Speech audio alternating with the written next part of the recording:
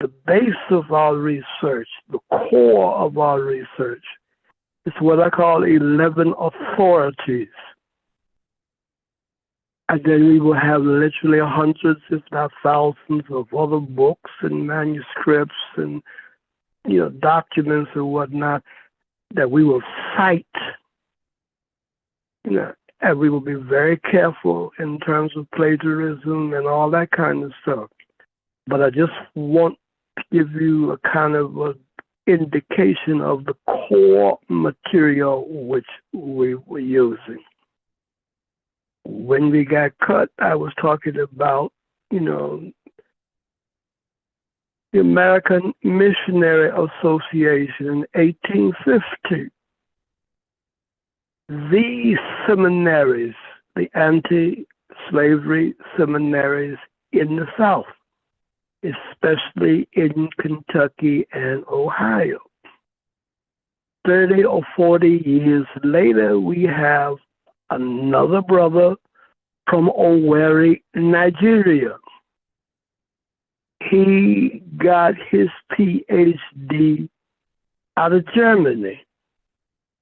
He was one of the first Africans who was permitted to do on-the-site research in the Vatican Library.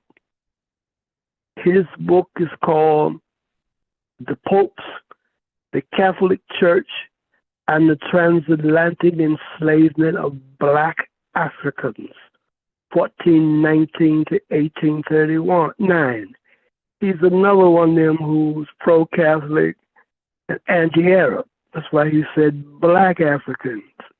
But that book cost me $100, but that book is excellent. And he mentions my name in his dissertation in his book. He kind of praises me and then slaps me for suing the Archdiocese of Chicago and 101 other entities trying to get the slavery records.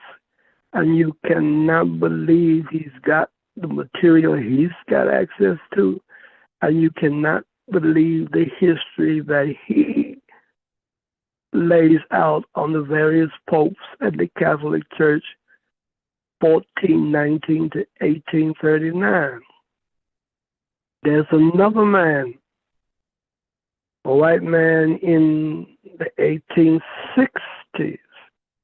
He was born in Britain. His father was part of the cotton industry, textile industry in Britain. He was a kind of socialist at that point in time. He came to the United States, to Ohio again, to have organized these, forget what the communes or places where group living and whatnot. He was hired by Abraham Lincoln.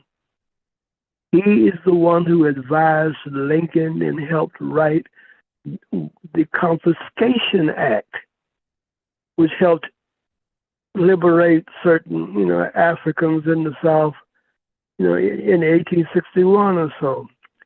He and two other men were hired by Lincoln, by General Edwin M. Stanton, who at that point during the Civil War was the Secretary of War. He set up something called the American Freedmen's Inquiry Commission, who predated the American Freedmen's Bureau. And they did a one-year review of slavery and the slave trade and the Underground Railroad and all that kind of stuff. But this book is a pioneer study of slavery and the slave trade, not just in the South, but throughout the whole Western Hemisphere, throughout Africa, and throughout Europe. And it is the official study and book of the U.S. government and the Northern Army, the Union Army. That's who paid for it.